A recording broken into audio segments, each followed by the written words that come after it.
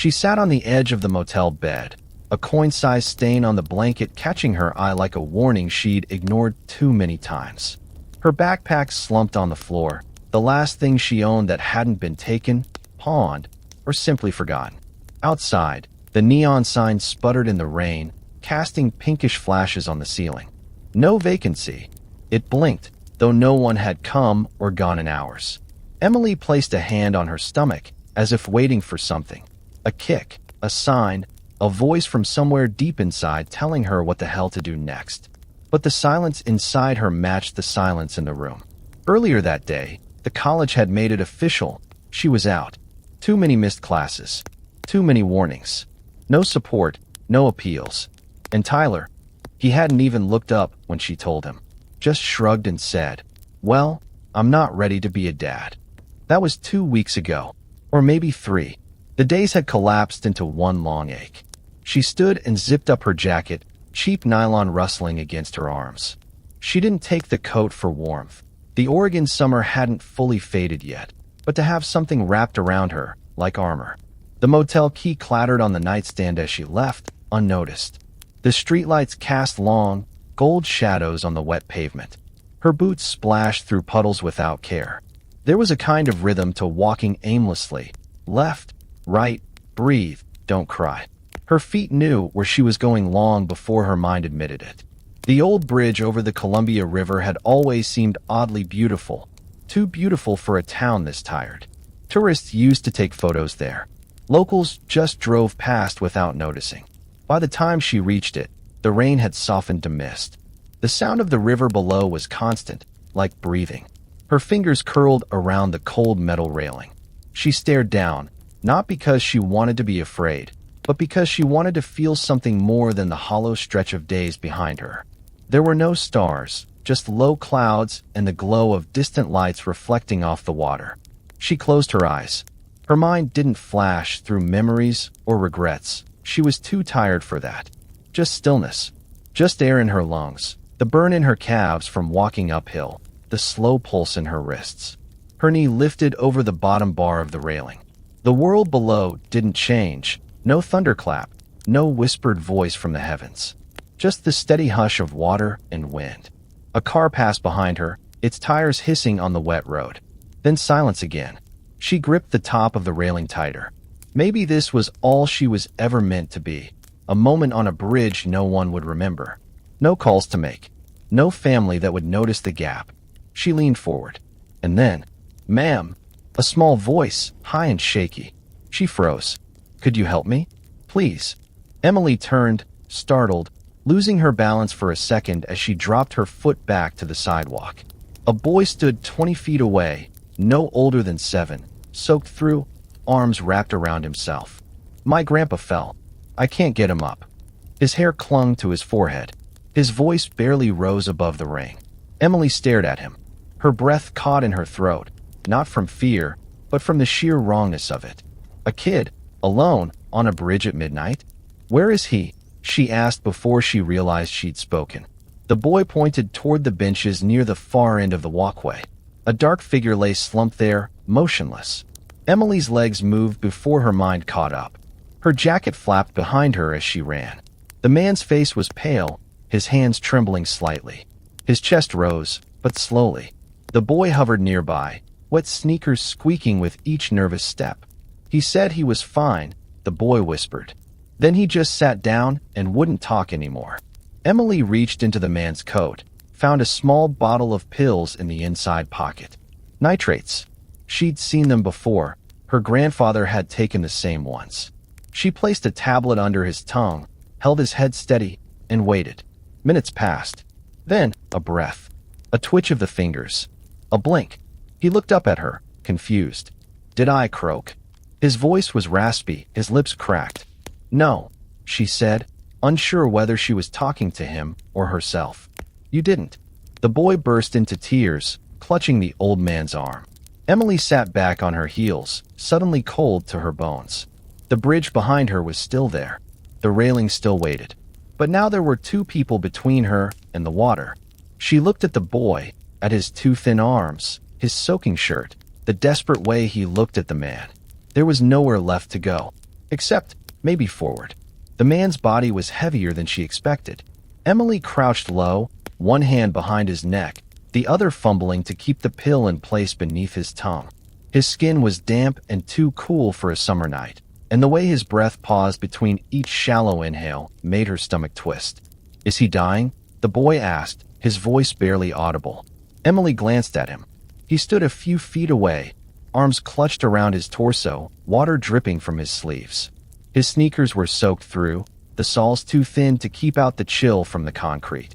His eyes didn't leave the man on the bench, wide but dry. Too much for someone his size. He hadn't cried when he found her. He hadn't screamed. He'd just asked for help, like it was something you did when the world turned upside down. "What's your name?" she asked softly. "Toby." "Okay, Toby. I think he's going to be all right. Just give it a minute." Toby nodded and took a cautious step forward. "He gave me a sandwich today. That's how I knew he was nice." Emily didn't know what to say. She turned her attention back to the man. A few more moments passed before his chest rose deeper, steadier. Then his fingers twitched. His head shifted against her hand.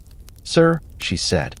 His eyelids fluttered open, revealing pale blue eyes that didn't quite know where they were. "You still with us?" she asked. "Hell," he muttered, voice dry. "Didn't expect to wake up to a stranger in the rain." Emily managed a faint smile. "I didn't expect to be here either." The man blinked a few times, his gaze drifting to Toby. "You all right, kid?" Toby stepped forward and nodded, his small hand reaching for the man's coat. "You scared me." "I scared myself," the man said, sitting up slowly with a groan. "Stupid of me. Should have known better. Chest's been acting up for days."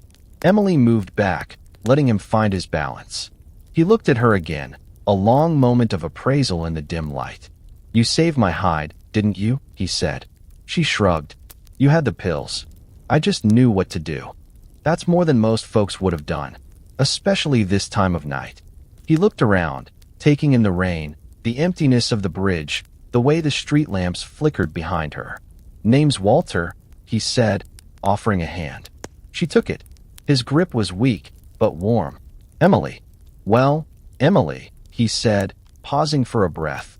"Not to sound dramatic, but I think you just bought yourself a favor for life." "I don't need a favor," she said, too quickly. Walter raised an eyebrow. "Doesn't mean you won't get one." He reached into his coat and pulled out a folded handkerchief, then handed it to Toby to wipe his face. "You two got anywhere to go?" Emily hesitated. She could have lied. Said she had a place, a friend, a plan. But the way Walter looked at her, not with pity, not with curiosity, but with something closer to recognition, made it impossible to fake anything. "No," she said. "Not really." Walter nodded slowly. "Well, I've got an old truck and a warm cabin about an hour from here. Not much, but it's got coffee in the morning and a roof that doesn't leak. And I sure as hell don't like the idea of either of you wandering around tonight." Emily stared at him. The invitation didn't come with a speech, no strings or strange conditions. Just a man too old to care about appearances and too honest to play games. "You don't even know me," she said. Walter stood, hand resting on the back of the bench for balance. "I know what it looks like when someone's running on empty, and I know what it feels like when the world goes quiet around you." Toby looked up at Emily. Rain still fell, but lighter now. She felt the weight of her backpack again, not just the straps on her shoulders, but everything it symbolized. She looked at the boy, then at the man, and for the first time in weeks, she didn't feel like she was standing on the edge. "All right," she said. "Let's go." The road twisted into the trees like it had been carved by hand, one stubborn turn after another. The truck groaned with each bump, and Emily kept one hand on the dashboard, the other wrapped protectively around her belly. Walter drove like a man who'd done this route 1,000 times, eyes steady, shoulders relaxed, humming something old and tuneless under his breath. Toby, or rather, Trevor, as she'd learned somewhere between the gas station and the third cup of instant coffee, sat between them, legs tucked up, eyes watching the world blur past. Every so often, he'd glance at her, not with fear or doubt, but the quiet curiosity of someone who hadn't been told yet that trusting people was dangerous. They passed no other cars, just trees. Pines that stretched high and pressed close, damp with morning mist, the kind of forest that muffled sound and made the world feel smaller, softer. Almost there, Walter said, more to the truck than to them. When they finally stopped, it was in a clearing ringed with green. The cabin stood a little off-center, made of rough-hewn logs and roofed with old tin that gleamed faintly in the gray light. A split-rail fence curved along one side, half swallowed by brambles. A wind chime made of spoons clinked gently by the door. Emily stepped out and let the air hit her. It smelled of earth and wet leaves and old wood, clean, quiet, a world away from the neon haze and cracked sidewalks of the last few weeks. Walter didn't say much as he unlocked the door and ushered them in. The inside was simple, a stone fireplace, shelves of old books, 2 sagging armchairs, a kitchen tucked into one corner like an afterthought. Dusty, but not abandoned. It felt like someone still lived here and cared too. "I've got a cot I can set up for Trevor," he said, "and the couch pulls out if you need it. I never use the back room much. Bed's yours if you want it." Emily nodded. "Thank you." He waved her off. "Don't thank me yet. Still got to see if the coffee machine survived the winter." Trevor followed her into the back room while Walter clattered around the kitchen. The room was plain, one bed, a dresser, a small window that framed the trees like a painting. She sat down and sank into the mattress. The quiet hummed in her ears. "Can we stay?" Trevor asked. She looked at him, standing there barefoot, fingers worrying the hem of his shirt. "For now," she said, "if it's okay with Walter." Trevor nodded like that was more than enough. Over the next few days, the cabin settled around them. Walter showed Trevor how to split kindling with a hatchet barely bigger than the boy's hand. He taught Emily which parts of the forest stayed dry even after rain. There was a trail behind the cabin that led to a stream, and they walked it every evening, boots crunching on pine needles, the silence between them no longer empty. Emily didn't ask Trevor where he'd come from. He didn't volunteer. But sometimes at night, she'd hear him talking softly in his sleep, as if explaining himself to someone who wasn't listening. One morning, Walter handed her a tin of seeds. "Tomatoes. Late in the season, but the dirt's still good. Thought you might want something of your own to grow." She took the tin and stared at it. The weight of it surprised her. Not the metal, not the seeds, the possibility. That night, as fireflies lit up the clearing and the frogs started in, she sat on the porch steps, Trevor curled up beside her. Walter sat in his chair, sipping from a chipped mug. "You don't talk much about yourself," he said. "Not much to say." "I doubt that." Emily looked up at the trees, dark silhouettes against a navy sky. The wind smelled like rain. "I used to think I knew where I was going," she said. "Turns out I didn't." Walter nodded. "Most of us don't. That's why places like this exist, to catch the ones still figuring it out."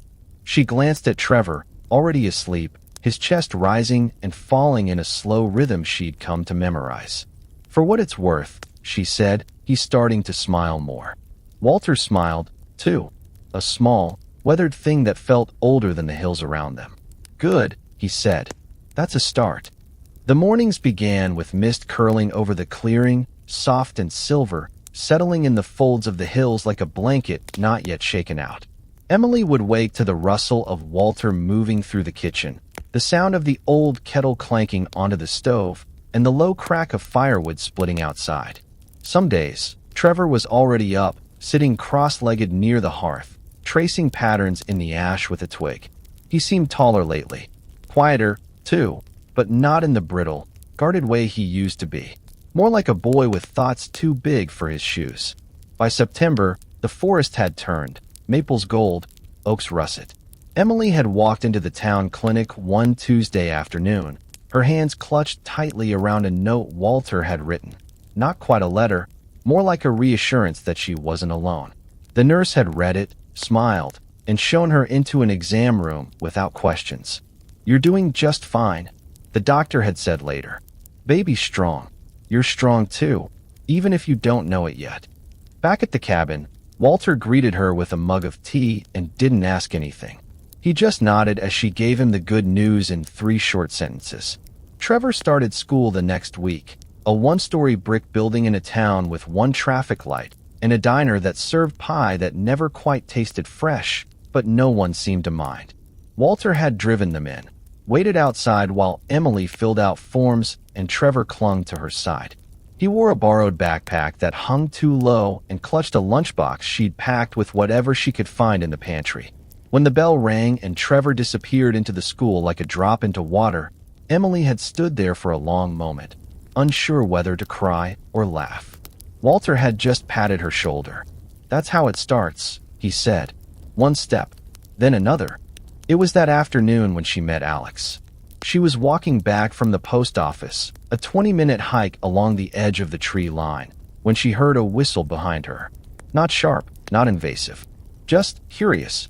He stepped out from the woods like a figure cut from the trees themselves. Tall, lean, uniform rumpled in a way that suggested he actually did the work, not just wore the title.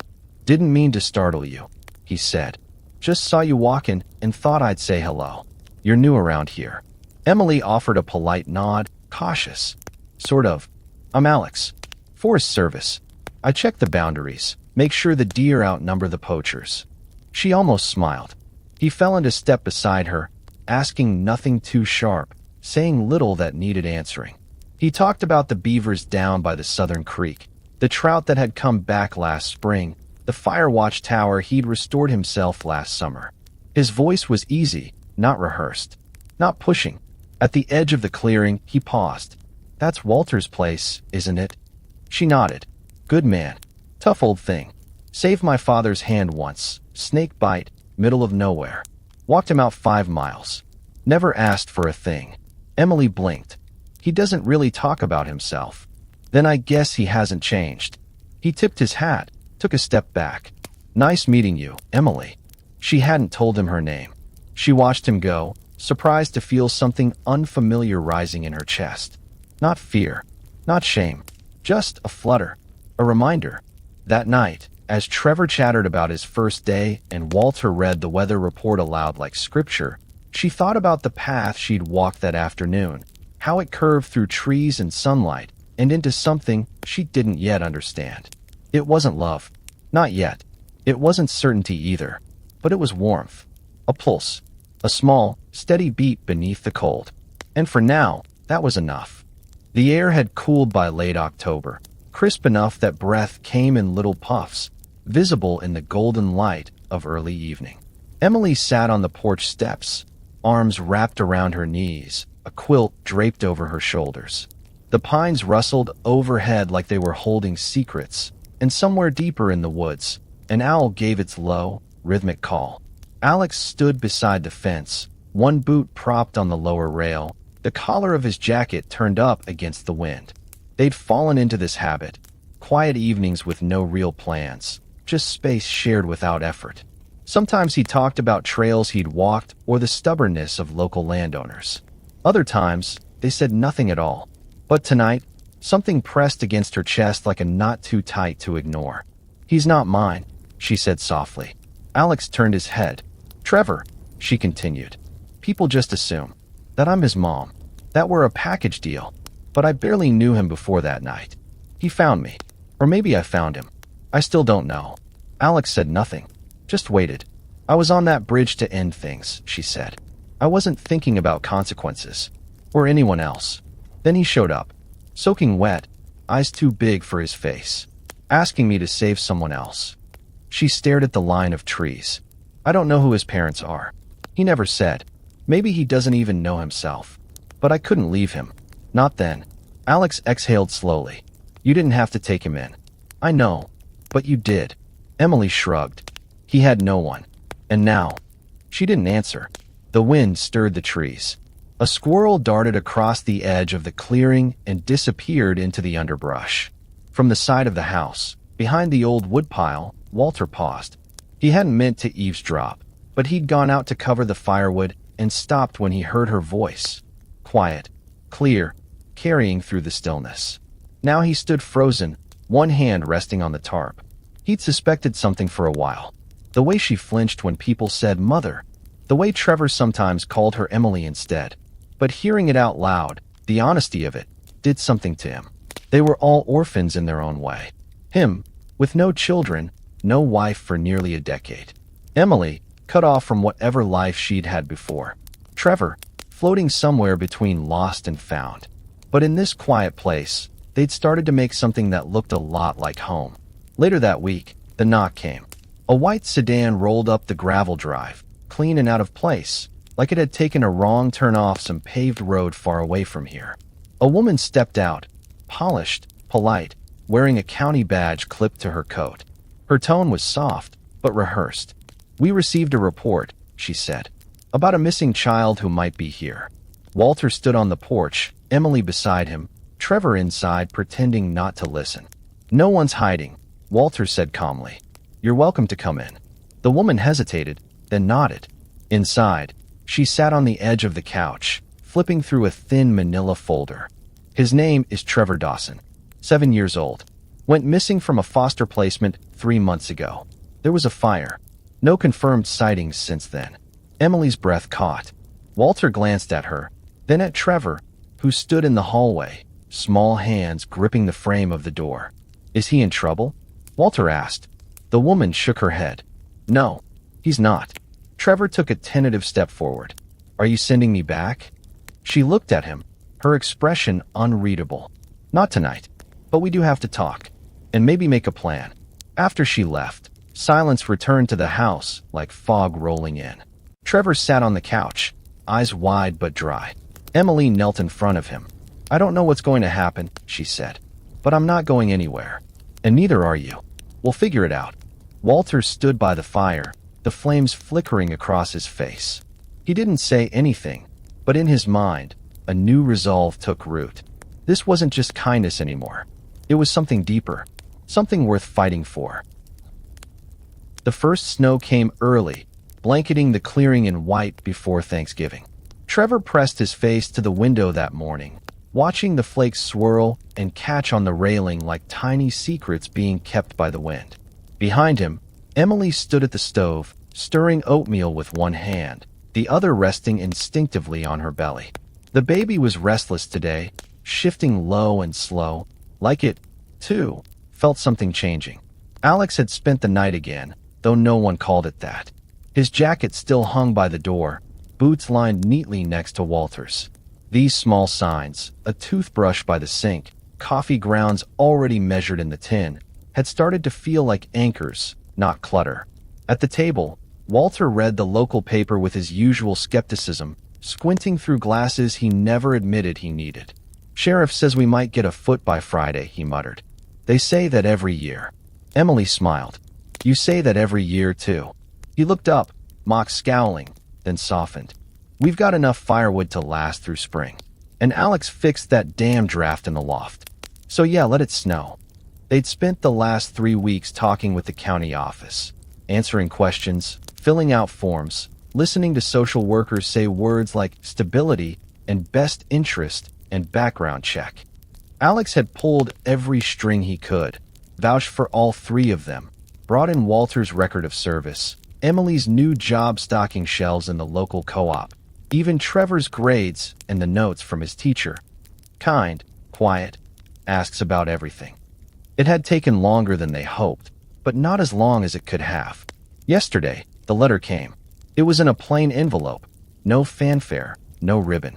Just black ink on white paper. Temporary custody awarded to Emily Callahan. She'd read it aloud twice, her voice steady, then folded it and tucked it into her coat pocket like it was something fragile, something alive. Now, as Trevor helped Walter gather kindling for the fire, Emily watched them through the window. The boy moved with an ease he hadn't had before, laughter rising like steam from the cold. Walter leaned down to listen to something he said, then burst into a loud, raspy chuckle that echoed through the trees. Emily felt the tears before she could stop them. Not from fear, not from sorrow, but from the impossible fullness of it all. Later, as the sun slipped behind the ridge and the shadows stretched long, Alex brought in another load of wood, brushing snow from his shoulders. "You okay?" he asked. She nodded. "Yeah, just, it feels real now." He stepped closer, looked at her the way he always did, like he saw the things she didn't say. "I was thinking," he said slowly, "after the baby comes, Maybe we don't have to keep calling this temporary. She met his gaze. You mean? I mean us. This place. Whatever we're building here. I want to stay, if you'll have me. Emily didn't answer right away. She just reached for his hand and placed it gently on the curve of her stomach. The baby kicked, once, strong and sure.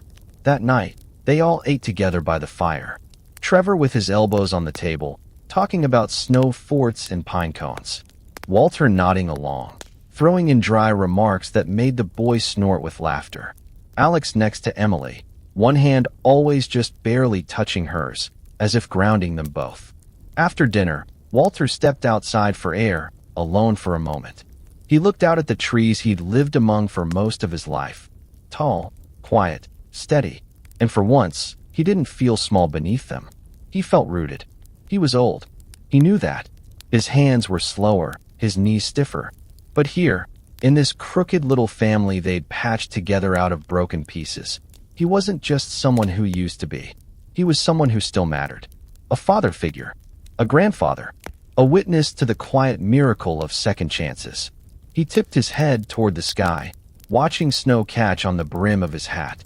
About damn time, he whispered, and smiled.